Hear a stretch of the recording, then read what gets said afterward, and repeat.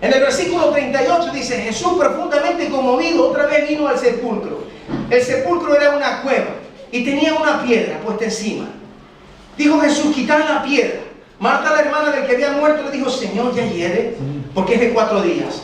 Jesús le dijo: no te he dicho que si crees verás la gloria de Dios. Ese "no te he dicho" quiere decir que Jesucristo ya había estado hablando con ella y que Jesucristo ya le había dicho: ¿tú crees? ¿Tú crees? Y ella le había dicho: sí, sí, yo creo. Como nosotros muchas veces nosotros decimos: Señor, yo te creo, pero cuando llega la hora en la que tenemos que poner a prueba nuestra fe, nos derrumbamos.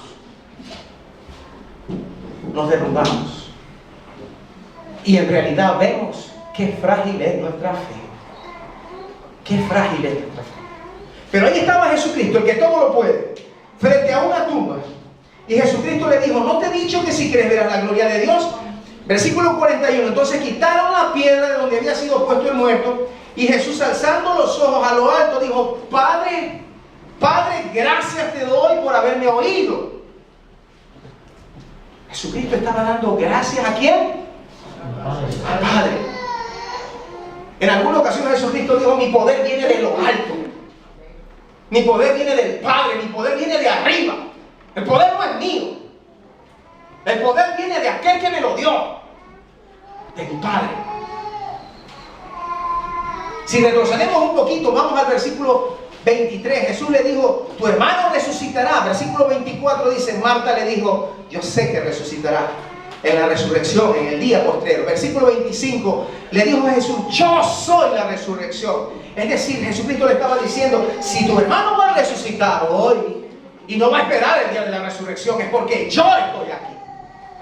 Es porque yo estoy aquí. Yo soy la resurrección y la vida, le está diciendo Jesucristo. Amén. Yo soy la resurrección y la vida, y el que cree en mí, aunque esté muerto, vivirá. Y todo aquel que vive y cree en mí no morirá eternamente. ¿Crees esto? Le dijo: sí, Señor, yo he creído que tú eres el Cristo, el Hijo de Dios. Vemos a Jesucristo dando gracias. Gracias, Padre, porque me has oído. Una oración muy cortita, pero muy sentida del corazón. Vemos también a Jesucristo allí en el milagro de los peces. Vemos allí a un montón de gente, 4.000 personas, 4.000 hombres. Las mujeres no se contaban en aquel tiempo porque dice que tenían el estómago pequeño, comían muy poco. Y los niños también. Había muchos niños, pero tampoco se contaban. Solamente se contaban aquellos que tenían una buena cuchara, esos que comían bastante, ¿no? Como bueno, no voy a decir nombre.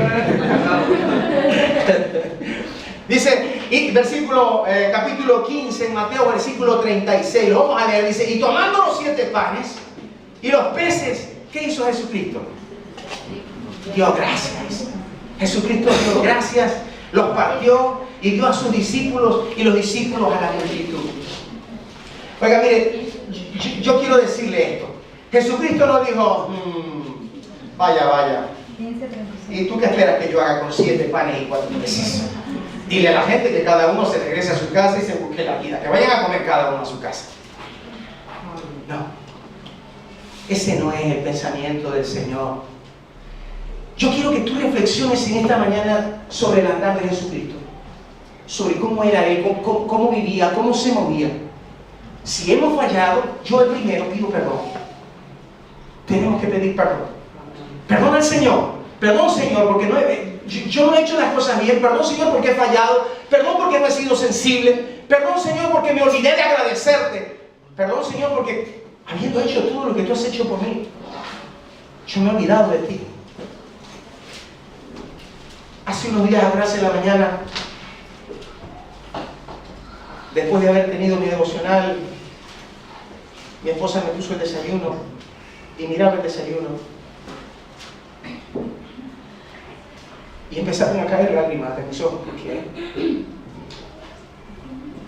Porque pensaba en la gente que no tiene que comer en las mañanas y decía: Señor, todo lo que soy, todo lo que tengo, me lo has dado tú. Lo reconozco. Todo viene de ti. Si tengo un pan esta mañana es porque tú me lo has dado. porque tengo fuerza para poder trabajar. Muchas veces, aunque enfermo, estoy trabajando. Gracias, Señor. Pero muchas veces nos sentamos a la mesa y no reconocemos eso. Y simplemente cogemos la cuchara, cogemos el cubierto y decimos esto me lo merezco yo, porque lo he pagado yo, porque me ha costado mi dinero a mí. Pero si tú no tuvieras la salud que tienes para poder trabajar y para poder hacer eso, dudo mucho que tuvieras para comerte un pan. Ser agradecidos. Ahí veo a Jesucristo en la cruz. Veo a Jesucristo en la cruz. Veo a un hombre que lo dio todo. Hace falta mucha fe y confianza. Sabiendo lo que va a acontecer, sabiendo lo que va a pasar, sabiendo que voy a morir, hace falta mucha fe y confianza. Y encima decir, gracias. Gracias, Padre, gracias. Esta es mi sangre, sangre del nuevo pacto, que por muchos es derramada para la remisión de los pecados. Jesucristo consideró eso un privilegio. Y muchas veces nosotros, alguien nos ofende y muchas veces nosotros decimos, es que no lo merezco, es que no me lo merezco, no me lo merezco, no me merezco esto que me está pasando. ¿Y Jesucristo se lo merecía? Pregunto. ¿Jesucristo se lo merecía? No. Pero sin embargo él dijo, gracias. Gracias. Gracias por permitirme derramar mi sangre por toda la humanidad. Para los que no estuvieron la semana pasada, esa a breve rasgo fue la predicación, lo que compartimos. Y esa fue la primera señal, el tener un corazón agradecido. Pero yo esta mañana también quiero añadir algo y quiero decirte, el tener un corazón agradecido implica no solamente el dar gracias, sino que habiendo sabido y habiendo conocido lo que Dios ha hecho por mí, decir, Señor, ¿qué puedo hacer para ti? ¿Qué puedo hacer por la obra? ¿Qué puedo hacer, Señor, para agradarte? El cristiano necesita compromiso para crecer. El cristiano, escúcheme bien lo que le voy a decir, el cristiano necesita compromiso para crecer. Porque si el cristiano no asume compromisos en su vida, no va a crecer. Se va a quedar allí, se va a quedar quieto, estático. Como el agua en un charco. ¿Qué le ocurre al agua en un charco? Luego viene el sol, luego pasan los días y el agua se seca. La vida del charco es efímera, así es la vida del cristiano, que no asume responsabilidades y no asume compromisos con Dios y con la obra. Amén. La segunda señal. Ahora sí, si usted ya vio lo de la semana pasada, ya cogió apunte, no importa. Ahora la segunda señal. La segunda señal es ser sujetos y obedientes a la autoridad. Amén. Amén. ¿Sabemos lo que es la autoridad? Sabemos lo que es ser obedientes. Sabemos lo que es ser sujetos. Bueno, pues es lo contrario precisamente a ser desobediente. Si usted sabe lo que es ser obediente, pues hay algo que es contrario, no ser desobediente, insumiso, rebelde, indisciplinado.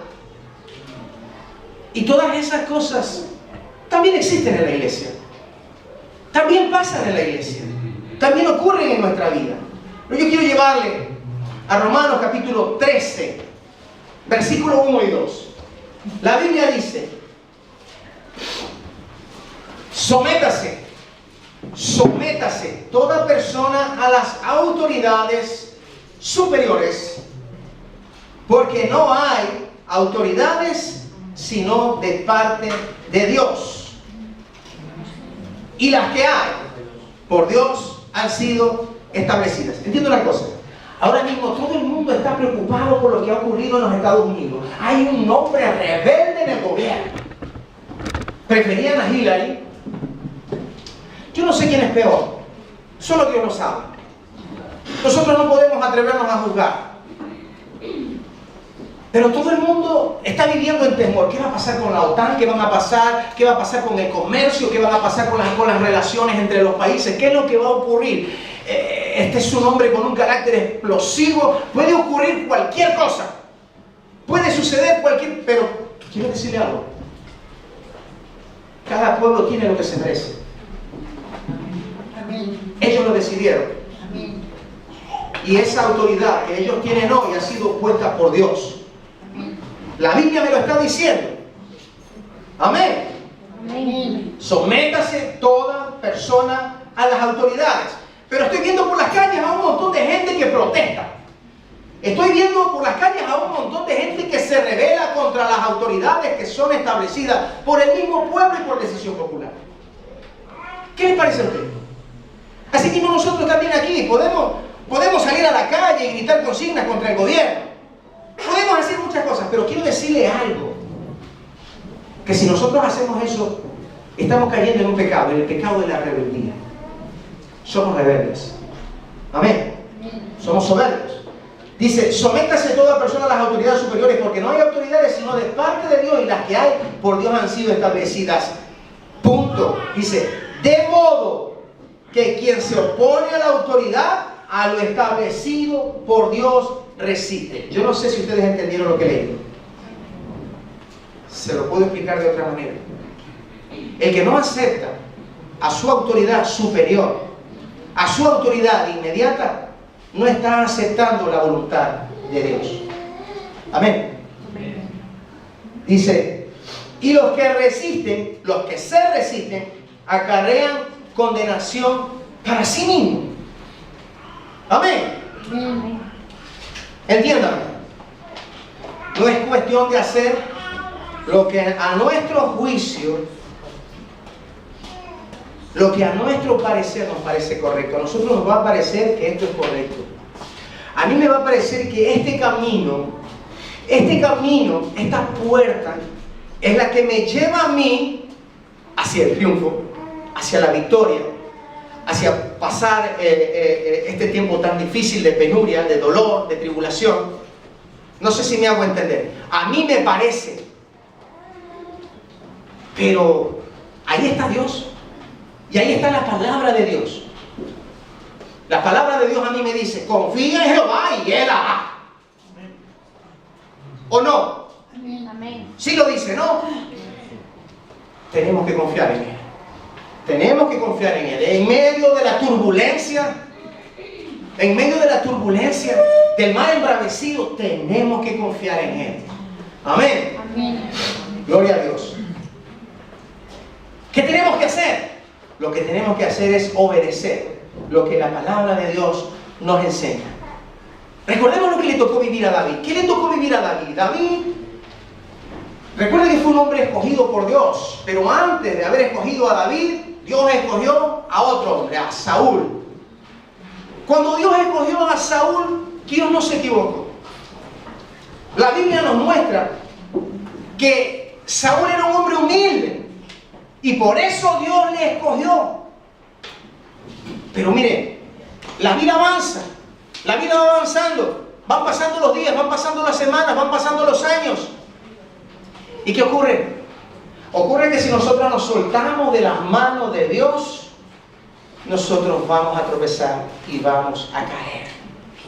El apóstol Pablo decía, el que diga estar seguro, el que se sienta seguro, tenga cuidado. Mire que no vaya a caer. Así que si usted se siente seguro, así como usted está, tenga cuidado. Un problema muy serio es estar muy seguro de sí mismo. Yo tengo que depositar toda mi confianza en el Señor. Yo tengo que confiar en el Señor. Yo tengo que confiar en que mi fuerza viene de Él, en que de Él viene la sabiduría. Y escuche bien, estoy hablando de sabiduría. No estoy hablando de inteligencia, no tiene nada que ver lo uno con lo otro. Podemos ser muy inteligentes, pero el infierno está lleno de inteligentes. El infierno está lleno de buenos hombres y de buenas mujeres también, que tuvieron buenas actitudes, pero que no fueron obedientes, y que no fueron humildes, y que no tuvieron un corazón agradecido. Amén. Amén. Amén. Gloria a Dios. Y vemos ahí a David. Vemos ahí a David que Saúl le persiguió y en 2 ocasiones le quiso lancear, le tiró la lanza y contra la pared le quiso enclavar. Falló. Pero el tiempo pasa y David huyendo, en algún momento en una cueva la encuentra mientras él está durmiendo, mientras Saúl está durmiendo. Seguramente que nuestro primer pensamiento, nosotros en ese lugar, en ese momento, diremos: ah, Saúl, así te quería encontrar. Y ¡sa! ¿No? Con la misma espada que le cortó la cabeza a Goliat, con la misma espada se hacía justicia. Pero ¿cuál fue el pensamiento? ¿Cuál fue el pensamiento de David? Dios me libre. Dios me libre de tocar, de poner mi mano sobre el ungido de Jehová. Obediencia, sujeción, sometimiento a la autoridad. Aunque ese hombre estaba en pecado, aunque ese hombre buscaba la vida de David, ¿qué hizo David? David dijo: mi justicia viene de Dios. Tu justicia viene de Dios. Llegará un momento en que Dios te haga justicia. Tú no esperes venganza. No esperes venganza, no. Dios no permita que se anide en nuestro corazón un sentimiento perverso y malo como ese, como la venganza. Va a llegar un momento en que todo va a salir a la luz. Va a llegar un momento en que Dios se va a glorificar y en que Dios te va a hacer justicia. Amén. Amén. Amén. Pero tenemos que ser obedientes mientras esperamos. Tenemos que ser sometidos y sujetos a la autoridad. Amén. Amén. Gloria a Dios. Primera de Samuel, capítulo 15, versículo 17.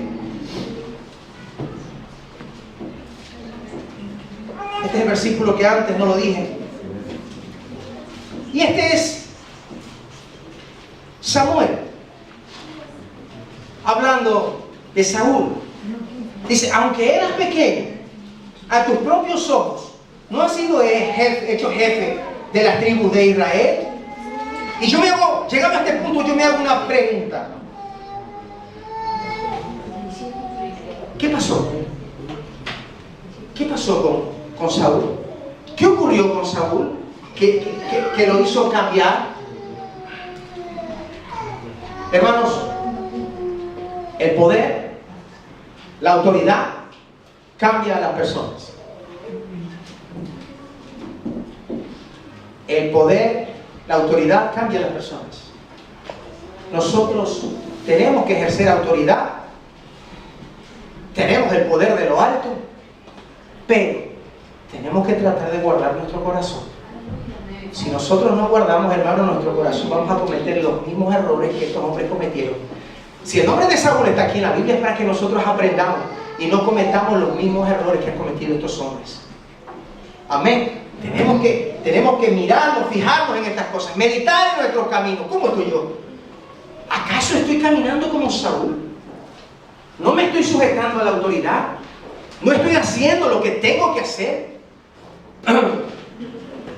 La verdadera autoridad, escuche, la verdadera autoridad es de origen espiritual.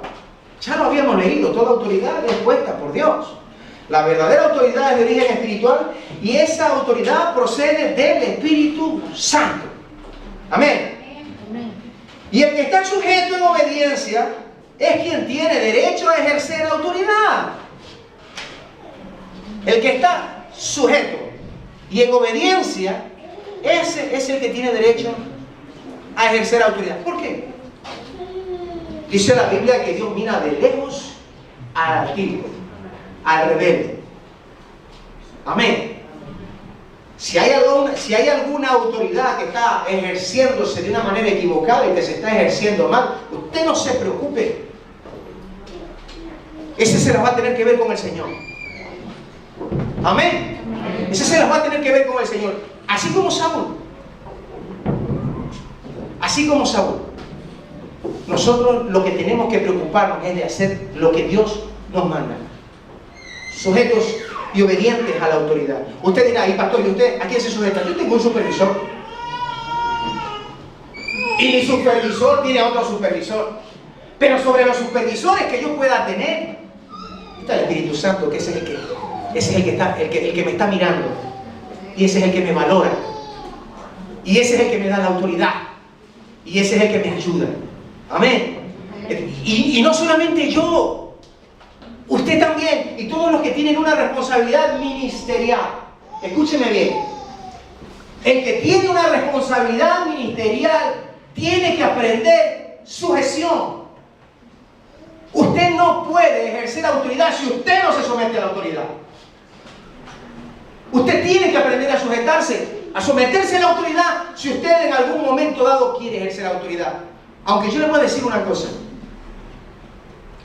La persona que conoce la autoridad, que ha aprendido a estar bajo la autoridad, esa persona no busca autoridad. Esa persona lo que busca es servicio, ser un servidor. Esa persona lo que busca es servir, trabajar en la obra del Señor. El resto viene por añadidura. Dios añade lo que te tiene que dar. Tú no tengas ninguna preocupación en el sentido, Señor, llevo 5 años en la iglesia, Señor, y no me has mostrado qué es lo que yo tengo que hacer. O estás orando mal, o algo estás haciendo mal. Algo estás haciendo mal. ¿Sabes una cosa? Cuando yo conocí al Señor, hace casi ya 18 años atrás, mira, lo primero que yo experimenté fue un compromiso con Dios. Yo todavía no había entregado mi vida al Señor, todavía no había hecho ni siquiera una oración de fe. Y yo me había asumido un compromiso. Leía la Biblia, iba a los cultos, quería aprender, quería saber más de aquel que había estado haciendo cosas extraordinarias en mi vida. ¿De dónde viene todo esto que viene a mi vida? Todo lo que está pasando en mi vida. Yo quiero saber cuál es la fuente. La palabra me llevó a la fuente. Asumí compromisos. Empecé a buscar de Dios. Y sin haber hecho una oración de fe. Qué importante. Qué importante, hermano, es que miremos las cosas de Dios con una seriedad absoluta. La autoridad no es una cuestión de que si quiero lo hago o si no quiero no lo hago. No. El someterme a la autoridad es necesario y es importante en mi vida. La obediencia está íntimamente ligada a la autoridad. Amén. Jamás van a ir separadas. Jesucristo quedó maravillado. En Lucas capítulo 7, versículos desde el 1 al 10, cuando un centurión romano envía a un mensajero y le dice, mira, hay un hombre que manda a pedirte que sanes a un siervo suyo. Este era un centurión romano. Este hombre ha sido bueno con nuestro pueblo, nos ha edificado una sinagoga, nos ha hecho un templo. Es un hombre que ha sido de bendición. Sería bueno que tú le concedieras esa petición, que sanaras a su siervo. Dice que Jesucristo accedió y Jesucristo iba de camino, dice, a la casa del centurión. Pero dice que cuando iba a la casa del centurión mandó a otro siervo y ese otro siervo le dice, mira, Señor, yo reconozco que no soy digno de que entres a mi casa, no soy digno ni siquiera de hablar contigo, por eso no he venido yo personalmente y he mandado a personas porque no me considero digno. Pero también sé, porque tengo soldados bajo mi mando, que si le digo, ve para allá, ese va. Y si le digo a este, ven para acá, ese viene. Así que solamente di la palabra y mi siervo será sano. Jesucristo quedó maravillado.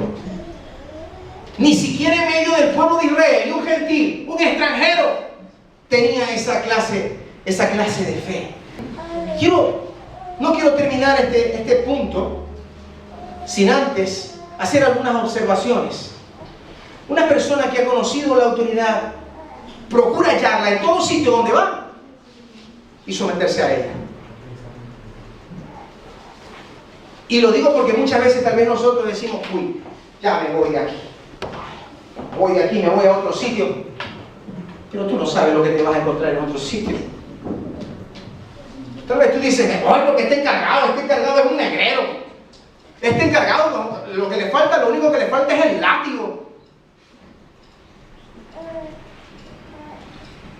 Dejas el trabajo y buscas otro trabajo y resulta que cuando conoces al encargado te llevas un chasco. Porque ese es peor que el otro. Donde nosotros vayamos tenemos que someternos a la autoridad. Siempre va a haber una autoridad inmediata sobre nosotros. Amén. Siempre va a ser así. Otra observación es que una persona que de veras está sujeta a la autoridad,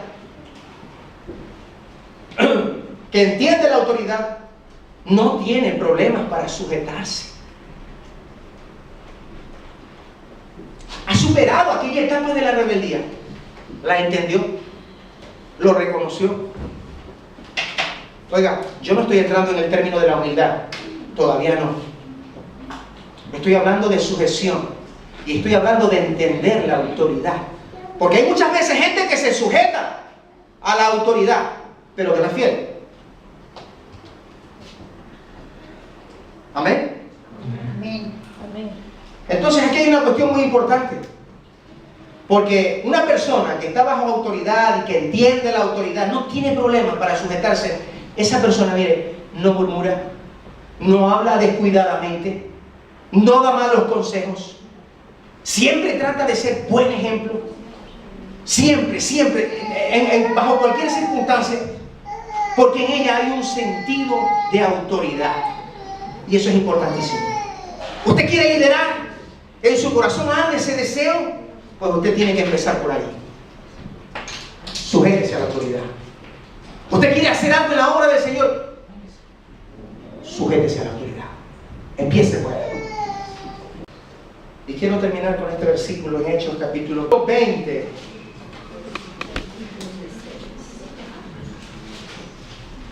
Versículo 26. La palabra de Dios dice así. Por tanto, y este es el apóstol Pablo, siempre enérgico. Me encanta el apóstol Pablo. Me identifico con el apóstol Pablo. El apóstol Pablo también defendió su ministerio. Había gente que le acusaba y que le decía: este no es apóstol. Este no es apóstol. ¿Quién le llamó a este? Sin embargo, a Pablo le llamó el mismo Jesús camino a Damasco. Amén. Amén. Y dice Pablo: por tanto yo os protesto en el día de hoy. Escúchalo bien, grábelo, escríbalo. En este día yo os protesto. Pero yo como pastor, ya no Pablo. Yo estoy leyendo el versículo que nos ha dado Pablo, pero en este día yo os protesto. Dice la palabra de Dios: por tanto yo os protesto en el día de hoy, que estoy limpio de la sangre de todos.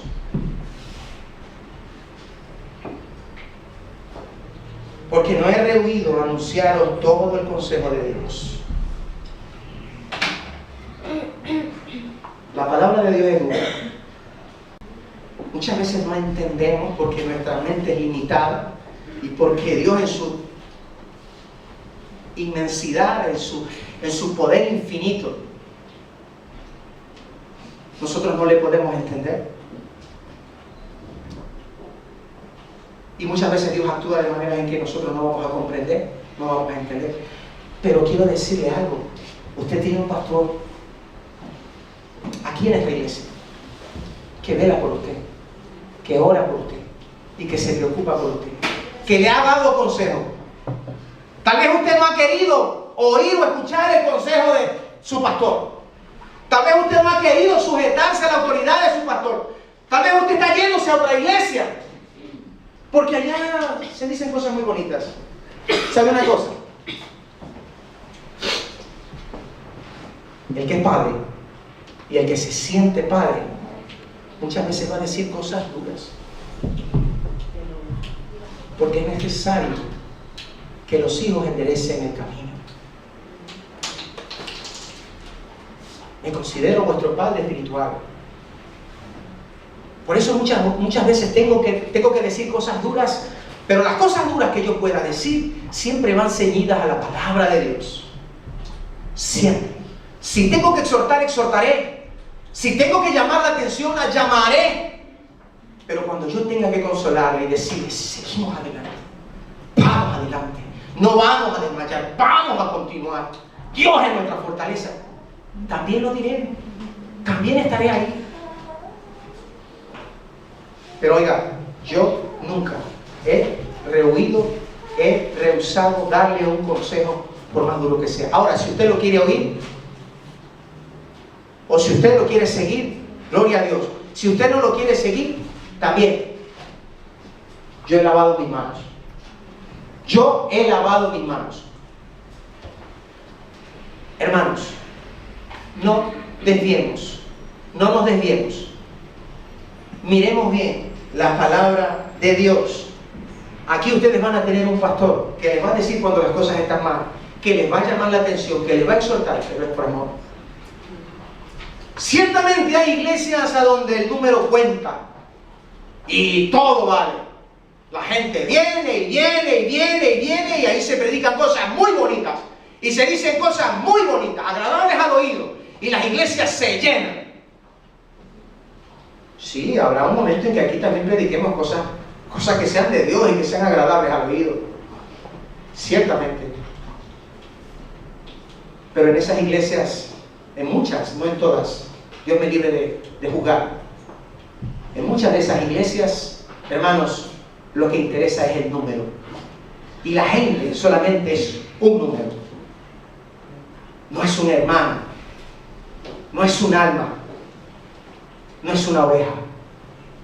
Es un número. Tú aquí no eres un número.